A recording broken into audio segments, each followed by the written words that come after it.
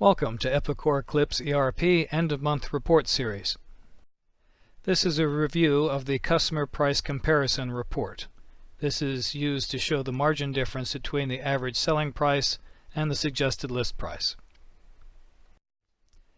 In all honesty, I question the utility of this particular report because it does seem to be a little bit hobbled by being pegged to just the extended list price. If anyone can figure out what I'm missing, by all means please tell me.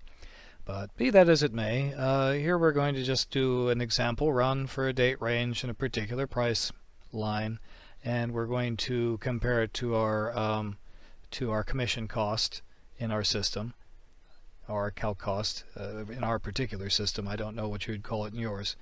And we just kick the thing off. And here's our report out of the hold file. As you see in this report, the extended list comes out as zeros.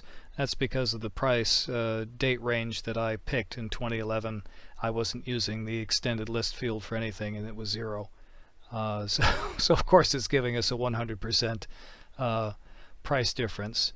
Now I could see if you were running a lot of your pricing in the old trade service way, where you were looking at a discount off column 3 and you had column 3 pegged to your default list price, then I suppose this might be a quick and dirty way of seeing how far off your average selling price for a particular product was off of column 3.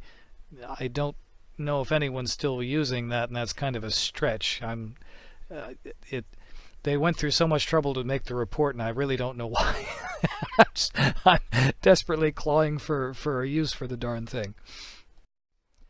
Here's some of what I was talking about in the previous slide.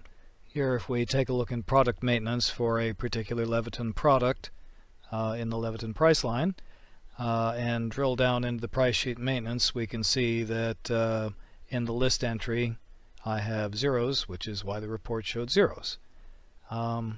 Now looking in the price line maintenance for Leviton, we can see that I have a basis that I named column 3 that I mapped to default list, and it looks like the report ignores whatever I have mapped to default list and just pulls out the whatever is in the list price entry.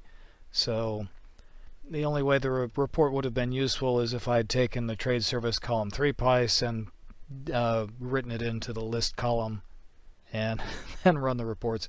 And that's stretching the use of this darn thing.